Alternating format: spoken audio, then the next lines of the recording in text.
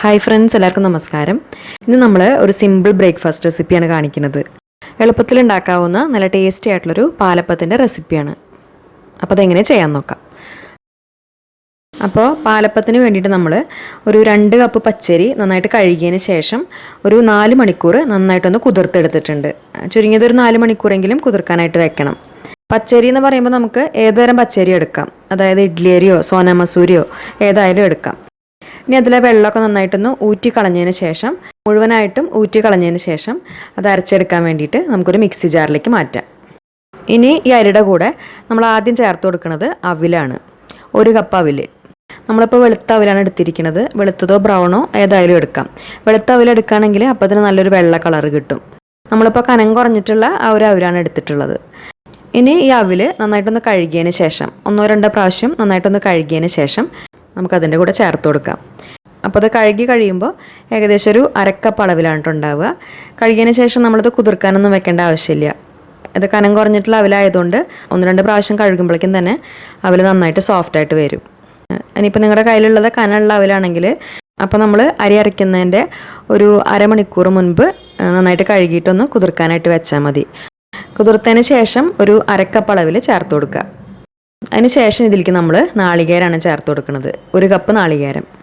അപ്പോൾ നാളികേരം ചേർക്കുമ്പോഴും അത് നാളികേരം ചിരകണ സമയത്ത് അതിൻ്റെ ബ്രൗൺ കളറുള്ള ഭാഗം പെടാത്ത രീതിയിൽ ചിരകിയിട്ട് ചേർക്കുകയാണെങ്കിലും അപ്പത്തിന് നല്ലൊരു വെള്ള കളറ് കിട്ടും. അതിന് ശേഷം ഇതിലേക്ക് നമുക്ക് ഈ മാവ് നന്നായിട്ട് പൊങ്ങി കിട്ടാൻ വേണ്ടിയിട്ട് ഈസ്റ്റ് ചേർത്ത് കൊടുക്കണം.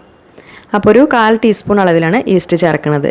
ഇൻസ്റ്റൻറ്റ് ഈസ്റ്റോ അല്ലെങ്കിൽ ആക്റ്റീവ് ഡ്രൈ ഈസ്റ്റോ ഏതായാലും ചേർക്കാം. എക്സ്പയറി ഡേറ്റ് ഒന്നും കഴിയാത്ത നല്ല ഫ്രഷ് ആയിട്ടുള്ള ഈസ്റ്റ് തന്നെ എടുക്കുക.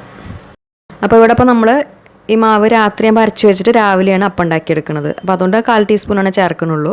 നിങ്ങൾക്ക് ഇനിയിപ്പോൾ ഒരു 2 മണിക്കൂറിലോ 3 മണിക്കൂറിലൊക്കെ അപ്പം ഉണ്ടാക്കണം എന്നുണ്ടെങ്കിൽ അപ്പോൾ ഈസ്റ്റിൻ്റെ അളവ് കുറച്ച് കൂടുതലായിട്ട് ചേർത്ത് കൊടുത്താൽ മതി. 1/2 ടീസ്പൂണോ 1 ടീസ്പൂൺ വരെയൊക്കെ ചേർത്ത് കൊടുത്താൽ മതി. പിന്നെ ഇതിലേക്ക് നമ്മൾ ചേർക്കുന്നത് പഞ്ചസാരയാണ്. അപ്പോൾ ഒരു 2 ടേബിൾ സ്പൂൺ പഞ്ചസാരയാണ് ചേർത്ത് കൊടുക്കുന്നത്. മധുരത്തിൻ്റെ അളവൊക്കെ നമ്മൾ അളവിനനുസരിച്ച് ചേർക്കുക. എന്തായാലും 1 ടീസ്പൂൺ പഞ്ചസാരയെങ്കിലും ചേർത്ത് കൊടുക്കണം. അപ്പോഴാണ് ഈസ്റ്റ് നന്നായിട്ട് ആക്ടിവേറ്റ് ആയിട്ട് മാവ് നന്നായിട്ട് പൊങ്ങി വരുള്ളൂ. എന്നിട്ട് ഇതെല്ലാം കൂടിയിട്ട് കുറേശ്ശെ വെള്ളം ഒഴിച്ചു കൊടുത്തിട്ട് നന്നായിട്ട് അരച്ചെടുക്കുക. തരികളൊന്നും ഇല്ലാത്ത രീതിയിൽ നല്ല ഫൈനായിട്ട് വേണം അരച്ചെടുക്കാൻ. അപ്പോൾ അത് അരച്ചെടുക്കാൻ നമ്മൾ വെള്ളം തന്നെ ചേർക്കണം എന്നില്ല കേട്ടോ. പകരം നാളികേരപ്പാൽ ചേർത്തിട്ട് അരച്ചെടുത്താലും മതി. അപ്പോൾ നമ്മൾ ആദ്യം നാളികേരം ചേർത്തിട്ടുണ്ടല്ലോ, അത് ഒഴിവാക്കിയിട്ട് ഈ വെള്ളത്തിന് പകരം നാളികേരപ്പാൽ ചേർത്തിട്ട് അരച്ചെടുക്കുക. ഇപ്പോൾ അരി നമ്മളിതുപോലെ നന്നായിട്ട് അരച്ചെടുത്തിട്ടുണ്ട്. ഇനി ഈ മാവ് നമുക്ക് ഒരു പാത്രത്തിലേക്ക് മാറ്റാം. മാവ് നന്നായിട്ട് പൊങ്ങി വരുമല്ലോ, അപ്പോൾ അതിനനുസരിച്ച് കുറച്ച് വലിയൊരു പാത്രത്തിലേക്ക് ഒഴിച്ചു വയ്ക്കാം. ഇപ്പോൾ മാവിൻ്റെ പരുവം കണ്ടില്ലേ, മാവ് കുറച്ചൊന്ന് കട്ടിയായിട്ടാണ് ഉള്ളത്. പാലപ്പത്തിൻ്റെ മാവ് എന്ന് പറയുമ്പോൾ നമ്മുടെ ദോശമാവിനേക്കാളും കുറച്ചും കൂടി ഒന്ന് ലൂസായിട്ടുള്ള രീതിയിലാണ് വേണ്ടത്. ഇപ്പോൾ നമ്മളിതിലേക്ക് ഒരു 1.5 കപ്പിനടുത്ത് വെള്ളം ചേർത്തിട്ടുണ്ട്. അത്രയും വെള്ളം മതിയാവില്ല. അപ്പോൾ ഇത് നമുക്ക് ഒന്നും കൂടി ഒന്ന് ലൂസാക്കി എടുക്കണം. അപ്പോൾ അതിന് വേണ്ടിയിട്ട് നമ്മളിപ്പോൾ ഒരു 1/4 കപ്പ് അളവിൽ നാളികേര വെള്ളമാണ് ചേർത്ത് കൊടുക്കുന്നത്. ഇതിപ്പോൾ പുളിപ്പിച്ചെടുത്തിട്ടുള്ള നാളികേര വെള്ളം ഒന്നുമല്ല കേട്ടോ, ഫ്രഷ് ആയിട്ടുള്ള വെള്ളമാണ് ചേർത്തിരിക്കുന്നത്. നാളികേര വെള്ളം ചേർത്ത് കൊടുക്കുമ്പോൾ അപ്പം നല്ല സോഫ്റ്റായിട്ട് വരും.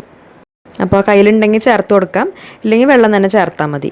നാളികേര വെള്ളം കൂടി ചേർത്തിട്ട് നോക്കുക മാവിൻ്റെ കൺസിസ്റ്റൻസി. കട്ടിയായിട്ട് തോന്നുകയാണെങ്കിൽ വീണ്ടും കുറേശ്ശെ വെള്ളം ചേർത്ത് കൊടുത്തിട്ട് മിക്സ് ചെയ്തെടുക്കാം. ഈ മാവിന് ഏകദേശം ഒരു 2 കപ്പ് വരെയൊക്കെ വെള്ളം വേണ്ടി വരും. അതിന് ശേഷം നമുക്കിതിലേക്ക് ആവശ്യത്തിനുള്ള ഉപ്പ് ചേർത്ത് കൊടുക്കാം. നന്നായിട്ടൊന്ന് മിക്സ് ചെയ്തെടുക്കാം. ഇപ്പം കണ്ടില്ലേ, മാവിൻ്റെ കൺസിസ്റ്റൻസി ഈ ഒരു രീതിയിൽ ഇതുപോലെ കുറച്ചൊന്ന് ലൂസായിട്ടാണ് വേണ്ടത്. എന്നിട്ട് ഇത് അടച്ചു വെച്ചിട്ട് പൊങ്ങാനായിട്ട് മാറ്റി വയ്ക്കാം. അപ്പോൾ ഏകദേശം ഒരു 8 മണിക്കൂറൊക്കെ എടുക്കും മാവ് നന്നായിട്ട് പൊങ്ങി വരാൻ. ഇവിടെ ഇപ്പോൾ ഒരു 7 മണിക്കൂർ കൊണ്ട് തന്നെ ഇതുപോലെ നന്നായിട്ട് പൊങ്ങി വന്നിട്ടുണ്ടായിരുന്നു. പിന്നെ നമ്മുടെ സ്ഥലത്തെ ടെമ്പറേച്ചറിനനുസരിച്ച് സമയത്തിന് അങ്ങോട്ടോ ഇങ്ങോട്ടോ വ്യത്യാസം ഉണ്ടാവാം. എന്തായാലും മാവ് നന്നായിട്ട് പൊങ്ങി വന്നതിന് ശേഷം മാത്രം അപ്പം ഉണ്ടാക്കിയെടുത്താൽ മതി. അപ്പോഴാണ് അപ്പം നന്നായിട്ട് കിട്ടുള്ളൂ.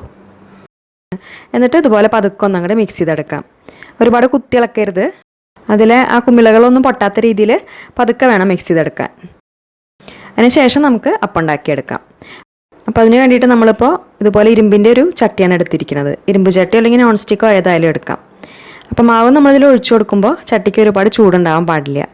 ചെറുതായിട്ടൊന്ന് ചൂടായി തുടങ്ങുമ്പോൾ തന്നെ മാവ് ഒഴിച്ചു കൊടുക്കണം. അല്ലെങ്കിൽ പിന്നെ നമുക്കത് മാവ് ഒഴിച്ച് കഴിഞ്ഞാൽ ചുറ്റിച്ചെടുക്കാൻ ബുദ്ധിമുട്ടാവും. എന്നിട്ട് അതിൻ്റെ മേലെ അതുപോലെ ഹോൾസൊക്കെ വന്നു തുടങ്ങുമ്പോൾ പിന്നെ നമുക്ക് അടച്ചു വയ്ക്കാം. അതിന് ശേഷം ചെറിയ ഫ്ലെയിമിൽ വേവിച്ചെടുക്കുക. ആ നടുഭാഗം നന്നായിട്ടൊന്ന് കുക്കായി വരണം. അപ്പോൾ ഒരു 2 മിനിറ്റ് അടച്ചു വെച്ചിട്ട് വേവിക്കാം. അപ്പോൾ നമ്മുടെ ആദ്യത്തെ അപ്പം റെഡി ആയിട്ടുണ്ട്. നല്ല അടിപൊളിയായിട്ട് തന്നെ വന്നിട്ടുണ്ട്. ഇതിൻ്റെ നടുഭാഗം നല്ല സോഫ്റ്റായിട്ടും അതുപോലെ വക്ക് ഭാഗമൊക്കെ കുറച്ചൊന്ന് മൊരിഞ്ഞിട്ടുമാണ് ഉണ്ടാവുക. നല്ല ടേസ്റ്റാണ് കഴിക്കാൻ. ഇനി അടുത്ത പ്രാവശ്യം നമ്മൾ അപ്പം ഉണ്ടാക്കുമ്പോഴും അത് ഫ്ലെയിം നന്നായിട്ട് ശ്രദ്ധിക്കണം. ചെറിയ ഫ്ലെയിമിൽ വെച്ചിട്ട് മാവ് ഒഴിച്ചു കൊടുക്കുക, എന്നിട്ട് ചുറ്റിച്ചെടുത്താൽ മതി. ഇതുപോലെ ഇരുമ്പിൻ്റെ ചട്ടിയാണെങ്കിൽ നമ്മളത് ലോ ഫ്ലെയിമിൽ വെച്ചിട്ട് തന്നെ ചെയ്തെടുത്താൽ മതി. നമ്മളിപ്പോൾ ഇത് ഒരുപാട് അങ്ങോട്ട് മൊരിയിച്ചെടുക്കണില്ല, ഈ ഒരു രീതിയിലാണ് എടുത്തിട്ടുള്ളത്. പിന്നെ ഇതുപോലെ ഇരുമ്പിൻ്റെ ചട്ടി ചുറ്റിച്ചെടുക്കാൻ ബുദ്ധിമുട്ടാണെങ്കിൽ നമ്മളിതുപോലെ മാവ് ഒഴിച്ചു കൊടുത്തിട്ട് ആ കയ്യിൽ വെച്ചിട്ട് പതുക്കെ ഒന്ന് അങ്ങോട്ട് പരത്തി കൊടുത്താൽ മതി. അതുപോലെ അപ്പം ചട്ടിയിൽ നിന്ന് വിട്ട് കിട്ടാൻ ബുദ്ധിമുട്ടുണ്ടെങ്കിൽ ചട്ടിയിൽ ആദ്യം കുറച്ച് എണ്ണയാക്കി കൊടുക്കണം കേട്ടോ. അതിന് ശേഷം മാവ് ഒഴിച്ചു കൊടുത്തിട്ട് ഉണ്ടാക്കിയെടുത്താൽ മതി.